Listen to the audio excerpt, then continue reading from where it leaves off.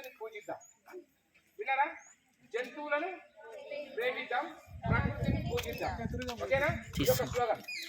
పశుపక్ష, ఇప్పుడు నేను ఉదాహరణకి పశుపక్షాదులను కాపాడుదాం అని అంటే ప్రాణకోటిని ప్రేమిద్దాం. ఓకేనా? మూడవది జీవకారుణ్యాన్ని కలిగి ఉందాం. జీవకారుణ్యం అంటే జంతువుల మీద ప్రేమ. ఓకేనా? జీవకారుణ్యాన్ని కలిగి ఉందాం, జంతు ప్రేమికులమై జీవిద్దాం. జీవకారుణ్యాన్ని కలిగి ఉందాం, జంతు ప్రేమికులమై జీవిద్దాం. అదేనా? ఇది వాళ్ళతో ఇస్తే బాగుంటుంది. మీరు వస్తారు ఎవరన్నా గట్టిగా నేను ఎలా ఇస్తాను రమణ వాళ్ళు ప్రాక్టీస్ చేయాల్సింది వాళ్ళు కదా.